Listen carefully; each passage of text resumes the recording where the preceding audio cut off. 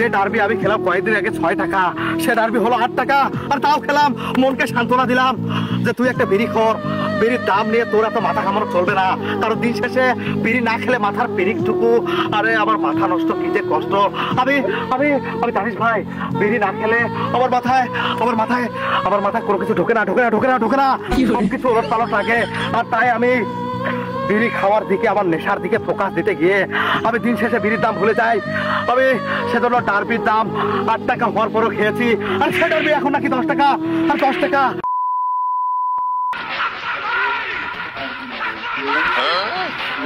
এবারে ঈদেতে ট্রেনের সাথে বাড়ি যাবো, কারণ আমার কাছে টাকা নাই। শাকিল ভাই, আরে কি অবস্থা? তোরা ভালো আছিস? এই তো, তোমার কি অবস্থা ভাই? আমি ভালো আছি। আসলে গ্রামে যাচ্ছি অনেকদিন পর, আনন্দ ফিল হচ্ছে। এবারে ঈদটাও আমি আমার বাবা মায়ের সাথে করবো, এজন্য মনের মধ্যে আলাদা একটা আনন্দ। তোরা বাড়ি যাবি না? না ভাই। কেন? পয়সা নাই। ও, আমি তো ভুলে গিয়েছিলাম যে তোরা তো গ্রামীণ ইতর মূর্খ ছোট লোক বর্বর ফকিরনি যান।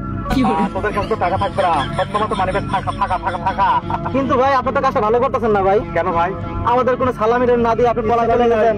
আরে আমি পুষতে থাকি করেন। হ্যাঁ, হেল্পার পোস্টে বিশাল ব্যাপার। আমি তোদের কাছে হাত জোর করছি ভাই, তোরা আমার কাছে সালামি চাস না। কারণ আমি এবার ঈদে ভাবছি বাড়িতে যাবো ট্রেনের ছাদে করে, কারণ আমার কাছে টাকা নেই, আমার পকেট খালি। ভাই, বিশ্বাস করতে কষ্ট হলেও আর আমার পকেট খালি। তাই আমি ট্রেনের ছাদে করে এবার যাবো বাড়ি। লারে লাপ্পা, আমি তোদেরকে সালামি দিতে পারলাম না ভাই, আমি চলে যাই। ভাই দাঁড়ান। আরে ট্রেনের দেরি হয়ে যাচ্ছে। কি দেবো? সিগারেট দেবো? সালামের বদলে সিগারেট? তোর আমার কাছে কি চাইলি? আরে তোর আমার কাছে কি চাস? বিড়ি চাস? আর আমি বিড়ি দিতে পারবো না, আমি সিগারেট দিতে পারবো না। আর আমি কিভাবে দেবো?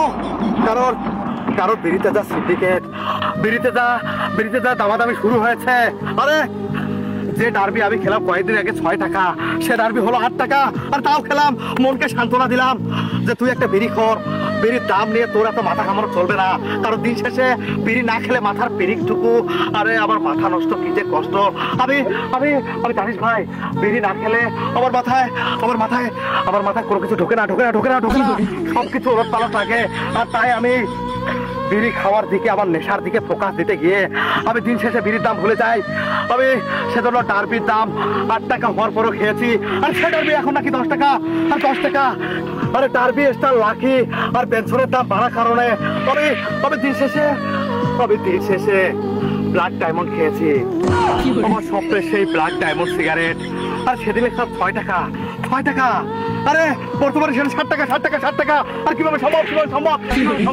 আরে বাংলাদেশের বুকে কি আমরা ভিড়িখোররা একটু ভালো করে আমাদের মাথার পিরিকটুকু একটু ভালো করে নেশা করতে পারবো না?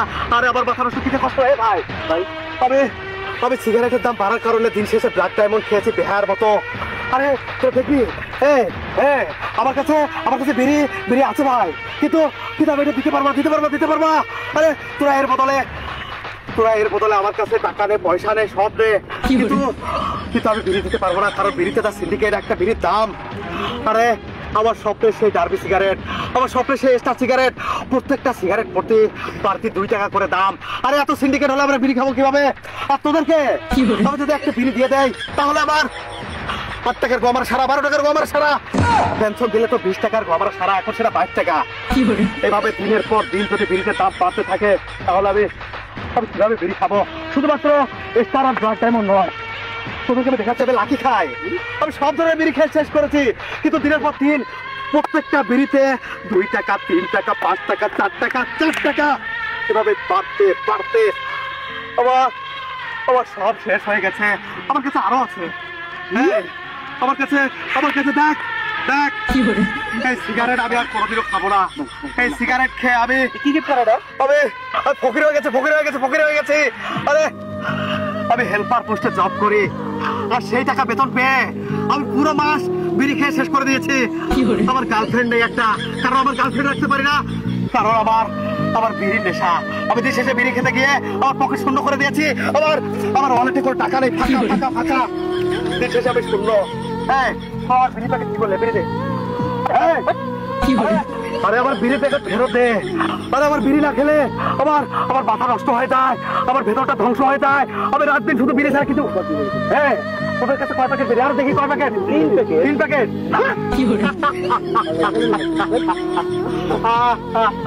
আরে তোরা 3 প্যাকেট বিড়ি নিয়ে তোরা বড় করেছিস এই শাকিলের কপাল নিয়ে তোরা চলে যাবি। আর দাঁড়া, চলে যা। তোরা শুনলে অবাক হবে এবং তোদেরকে এটা বলতে হচ্ছে। আমার এই যে ব্যাগের মধ্যে দেখছিস না, সব বিড়িতে ভর্তি। আমি হেল্পারি পোস্টে চাকরি করে যত টাকা ইনকাম করেছি সব টাকার বিড়ি এখানে মজুদ রেখেছি। আরে তোর কি করলি? আরে আরে আমার সব শেষ করে দিয়েছে। আরে আমি ধ্বংস হয়ে গেলাম। আমার সব শেষ করে দিয়েছে ওরা। ওরা আবার শেষ সম্বলটুকু রাখলো না। আরে আমি বাড়িতে একটা ভালো গাড়িতে যাবো না বলে সেই টাকা দিয়ে, সেই ভাড়ার টাকা দিয়ে আমি বিড়ি কিনে মজুদ রেখেছি, কিন্তু সে বিড়ি ওরা নিয়ে নিয়েছে। আর খোদার কাছে বিচার দিলাম, ওই বিড়ি খোরদের নামে আমি বিচার দিলাম। একদিন তাদের বিচার হবে। তারা আমার কপাল নিয়ে যায়নি, তারা তো শুধুমাত্র আমার কয়টা বিড়ি নিয়ে গেছে। আমি তোর কাছে ট্রেনের ছাদে আমি হেঁটে রংপুর যাবো, হেঁটে বাড়ি যাবো, তারপরে আমি বাড়ি যাবো। আমি চলে গেলি আমার বিড়ি নিয়ে আরো বারো বিড়ির দাম, সিন্ডিকেট বিড়ি সহ একটু ঘোরাফেরা করতেও মানুষ রিস্কের মতো পড়ে যায়। মানুষের ব্যাগ চুরি হয়, মানুষের কবে জানি কিডনি। আমার মাথা নষ্ট।